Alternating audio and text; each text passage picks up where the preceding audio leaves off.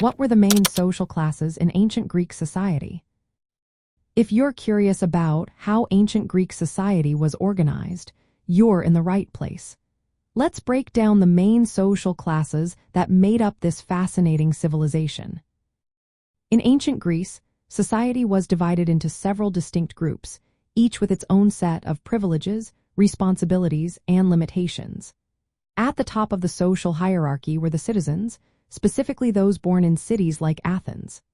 These citizens were free men and women who had full political rights and held significant power and wealth. They were often wealthy landowners and high-ranking officials, and they dominated the highest offices of the government.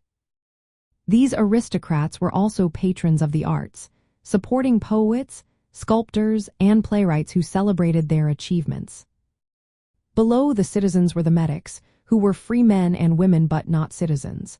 They lived in Greece, often in cities like Athens, but were not born there. Metics included craftsmen, merchants, tradesmen, and artists.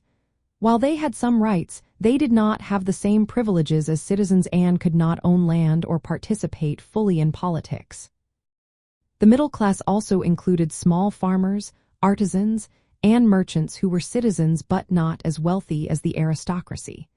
These individuals were generally well respected and had more social and economic mobility than the lower class.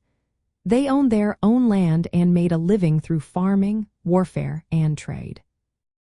The lower class, often referred to as Thetes, consisted of the poorest members of society. This group included laborers, slaves who had been freed, and the urban poor. These individuals had very little social and economic power and were often at the bottom of the social hierarchy. Freedmen, who were once slaves but had gained their freedom, also fell into this category, although they had some legal rights. At the very bottom of the social hierarchy were the slaves. Slaves were owned by citizens and had no rights. They were treated as property and did most of the labor in the city and society. Many slaves were non-Greeks, captured during wars or bought from other regions.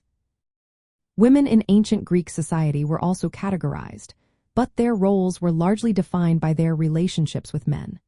Wives were expected to stay at home, manage household chores, and care for children.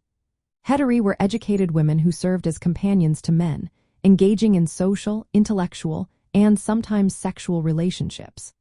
Prostitutes were another category, working in brothels or on the streets and having more freedom to move around society.